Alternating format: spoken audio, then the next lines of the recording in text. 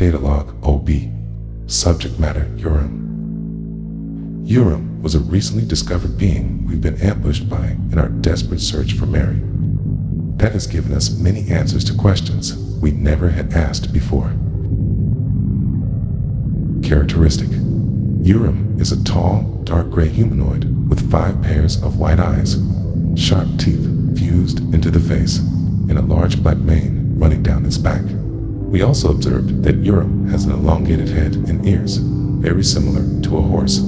As far as the build goes, Yram is rather slender build, with humanoid hands, but on Yram's feet are hooved, which gave us the impression it's some type of horse entity or spirit when we first encountered it. Inside Yram's mouth is as white as its glowing eyes, making the process of opening its mouth sometimes blinds people temporarily. When we look at it, black mane, the mane acts not like hair, but rather like tendrils or tentacles, making them move at their will. Behaviors. We only saw Yram once, and all we could say about Yram's behavior is very aggressive, but not in a malevolent way, as if Yram was in deep distress and agitated, like it's a raging elephant that escaped a zoo and is trying to flee, but gets aggressive at anything in its way. This made the ambush with this thing very, very intense, but also catastrophic. Powers. We've only seen it use a few abilities during the ambush, and after a while of fighting Yram, we realize just how powerful this thing is. First of all, Yram's durability and attacking power is absurdly high, even for most entities, demons, spirits, or anything along those lines in standards, which made us take back the claims of it being a spirit or entity. And we started to classify it at around mid-tier demigod power levels, being able to take no real flesh injuries from weapons we used to kill massive wildlife like the Venus, or weapons we used on spirits to harm their ectoplasm forms. While it felt a bit of pain, it did not affect Yram enough to make it in any critical state. Its attacking power was very strong, as it used its mane primarily for the assault, as it was able to stretch extremely long distances and shapeshift into forms such as hands, tendrils, and weapons, and on many occasions they would drag the troops towards the base of the mane, where the mane was almost like a different dimension / meat grinder, as it would shred people up that got caught making escape nearly impossible, and could stop an armored logger train going at 600 miles per hour with his hair, only to throw the same train a good few yards away from the spot. And one last move we watched it do only 2 times was an ability similar to a ruined beast called the Scriffin and some other beings of this world. It was a soul vor, being able to consume the soul of people just by sucking out the life force. Now, let's begin with how this all happened and why the data log mentions OB, aka Origin Blood. After many weeks of Mary being missing, we assumed that she was either killed by one of the wildlife or died of a disease. But we still kept on looking. We constantly searched for Skullmare every chance we had to see if Mary was around him. We checked multiple different parts of the Origin Forest. We checked an area of 10,503 kilometers of land around where she was last seen. After her 7-week disappearance, a drone caught footage of her walking around, holding her stomach like she was very nauseous. We immediately requested a search party of 60 troop members, only offered them the required weapons to deal with wildlife, monsters, and spirits, since we last saw Skullmare that day about more than 900,000 kilometers from that area, meaning we did not need the biggest firepower for the situation since Skullmare was out of the equations. The troop got ready, searching the area on foot, while Project Manager instructed the troop once again to bring her alive and in good condition. And if backup was really needed, then the armored logger train was about a few kilometers away from the area. The hollow drone took the Project Manager away, and the troop got to work. We kept on searching and trying to look for footprints when we saw a glimpse of her running behind a tree. The scout let the others know where her location was, but as they got closer, all that could be heard was groaning, And then, screaming, which got muffled out, came from the area. When the troops ran to the spot, we could no longer see Mary. We kept searching for a little while until it happened. The beast we called Yram jumped down from the tree and landed on some of the troop members, stabbing them with its hair and tossing others. Yram caught 3 other people who ran towards the area, 2 of them being engulfed by its mane, ripped to shreds, while the other was picked up. And this was when Yram displayed the soul-eating ability. The screaming attracted the others, and our modified human in an armored suit made of magnetite started to try punch Yram and injure it. This did not work, as not only did the punch do nothing, but Yram turned around and stepped on his foot while stirring him in the chest with the hair, only for Yram to pull his body upwards with his arms, ripping him in half. We then fired at Yram, and it used the dead MH to drag it across the ground, crashing into another person. Then all hell broke loose, as hair became fist and thin strands cutting through the squad like nothing and crushing others. Kai blast weapons at point blank only bruised it, and or bark trees were getting broken left and right. Had to call for the backup. Thundering at 600 miles per hour was a fairly sized armored logger train. These massive trains work by going at high speeds into trees, and the blade at the front makes clean cuts of the tree. They can weigh 14,000 tons with the base alone, while the carts can weigh 11,350 tons each, making this highly durable, heavy, and fast vehicle hurling towards most things fatal, smaller than it. When Yram saw this, it raised his mane high above it and plunged him into the ground.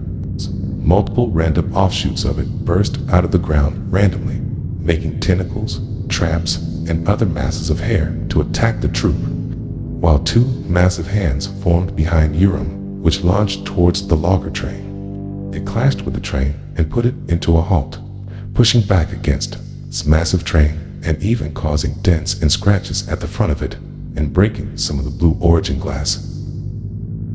The train tried to put more pressure into the speed to push, but the hair barely moved. It then spreads out into multiple tendrils and starts to lift the front upwards, while other parts of the hair started to break the engines and joints of the train, even making dents on the side. Yram decided to turn around and bite the train, causing dents and making jet engines in the carts and main train catch on fire. Only after this, Yram threw the train high in the air, making it go a couple 100 yards from the area. After we kept on trying to fight Yram, it started to act distressed as it was getting hurt. All of a sudden, Yram let out a shriek that exploded 2 of the people right in front of it, while the rest got hit by the sound wave. This sound wave could bend the or bark trees and even make some slightly splinter. This was when we finally figured it out, that this was a distress call, and one we've seen before with Origin 1, when some lower-ranking Origins are losing battles against the Foundation, which is unfortunately not common, or when one of the few beings that are ranked at the Origin level invades they make a distress call for help from higher-up Origins. Depending on who the Origin is, some Origins will respond to it better than others. And sometimes only Origins close to that Origin will come to the rescue. But we pointed out 3 problems with. The first one is that there are only 28 Origins, and Yram is far too weak to even be a viable Origin. 2, the call was not like any other Origin, because there was a hint of human screaming with the shriek. And 3, Yram was unaware of this. After this was done, Yram covered its mouth and looked shocked. It saw nothing hinting to a response to this call, so we kept fighting. We fought for a few minutes before one of the troop members pointed out something seriously concerning. There was a deep groove in an ore bark tree, so shaped like a robe or something. This was not there too long ago and was rather recent. Some members started to get nervous. It was then pointed out that one of these stumps from an ore bark tree has slowly been changing places during the fight, and once Yram stepped back a bit and growled at us, we figured out it was not a stump. The so-called stump was behind Yram, and it slowly started to rise up, revealing sleeves and a hood. The hood was pitch black inside, but a thick white veil was inside of the hood, covering whatever was behind it. It greatly towered over Yram, and we slowly started to see more features, such as white hair, an elongated face, which was covered, and the hands were skeletal with black flesh covered in white spots. It then clicked. This was Skullmare, but we've never seen him use a humanoid form before, or really any other form from the main form of a horse. It walked over a troop member, but he did not get killed, as the robe revealed he was perfectly intact by Skullmare. Skullmare would go on to walk closer towards Yram and slowly extend his arm out. Yram formed spikes out of its hair and was snarling, but Skullmare wasn't fazed. He gently held the side of Yram's face and gently petted it, almost like a comforting way. Yram growled, and the mane grew a massive fist. Skullmare was still unfazed by the fist getting ready to strike. And a lot of the Foundation members started to wonder why on earth Skullmare is being so gentle towards Yram, and why Skullmare took this form. Within less than a second, Yram struck, but instead of getting in contact with Skullmare's face, a hand made of grayish-white hair instantly grabbed the fist Yram made, creating a shockwave in the process. Yram tried to tug the hair back a few times, but was unable to. Skullmare pushed Yram's hair downwards, making Yram get down on the floor, and with some weight behind that fall. Yram tried to get up, but then it was almost as gravity was being controlled in its area, making the weight hard for Yram to even move. Yram started to panic and even shriek at Skullmare, trying to use its mane to do something. But any attempt just got pressed against the weight of the very high gravity around Yram. Then we heard a whistling/humming noise. It was eerie, but somewhat soothing. We watched as when this was happening, Yram's body started to shake and deform. One of Yram's arms started to melt and retract. The face started to melt backwards, and we could hear, instead of a beast's shrieking, was a person's coughing. We all watched in fascination as Yram revealed. It was Mary. She was lying on the floor, unconscious, most likely from physical and mental exhaustion. Without missing a beat, Skullmare's hair started to stretch out and wrap around under Mary, making some kind of bird's nest. The remaining members of the troop tried to rush towards Skullmare to get Mary, but instead of Skullmare just killing them, he raised his hand up and projected a pulse of energy which had a pathokinesis effect on the troop. All of the troop members stopped and started to bawl their eyes out, crying and could not stop. Some even rambled to themselves about things in their past. They wished they could have changed. Most of them took their helmets off, but the one who couldn't had drowned in his own tears. Skullmare would then be seen walking away with Mary into the darkness of the forest, while slowly transforming back into a horse. When a rescue party came to get them, they were severely dehydrated and had seriously puffy eyes and tension headaches. This resulted in the Foundation putting them on life support for up to a week until they stopped crying.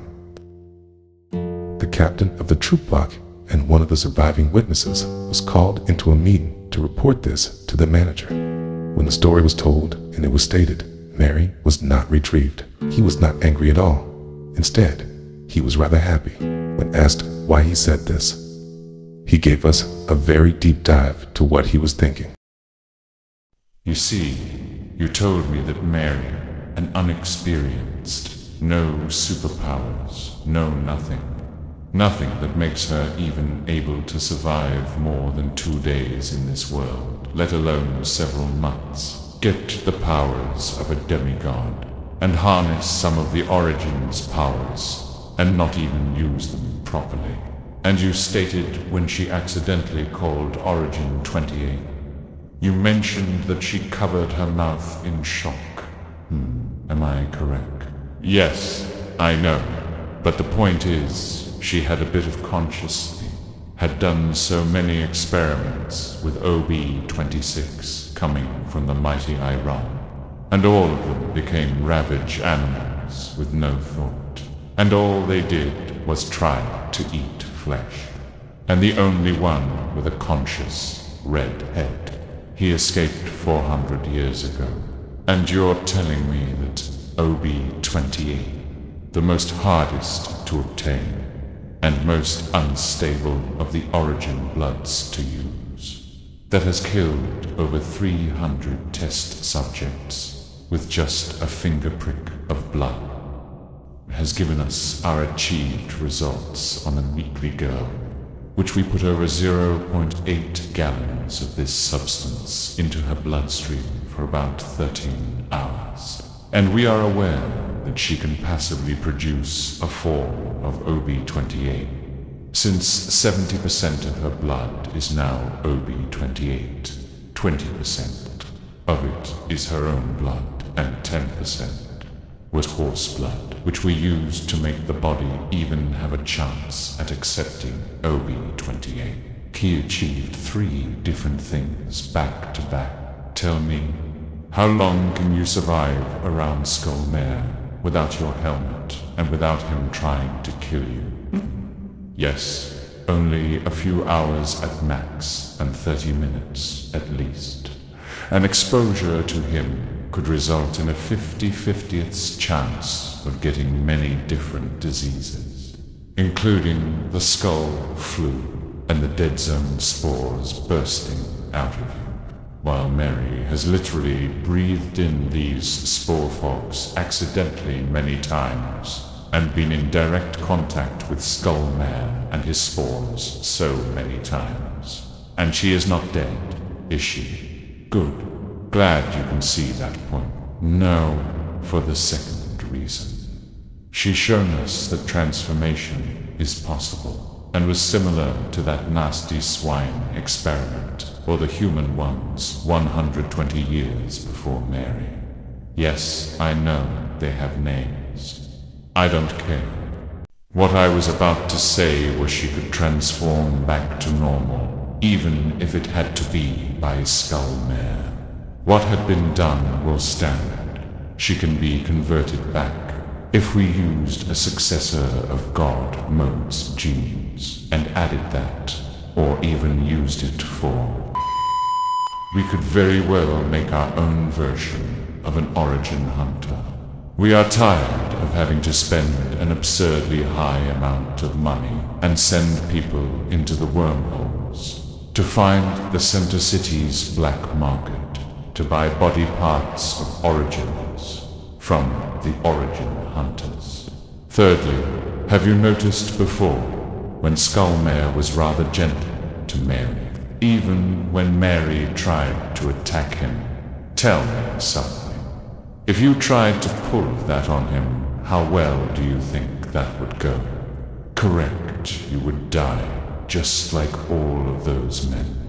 And just like that agent you shot in front of a new employee. You're so lucky he only lasted a few weeks. If he did last that 2 years shift, then you better have found a good cover-up. Now, on to what I was going to mention. Skullmare is what we call an apex origin, meaning he is stronger than all the other origins.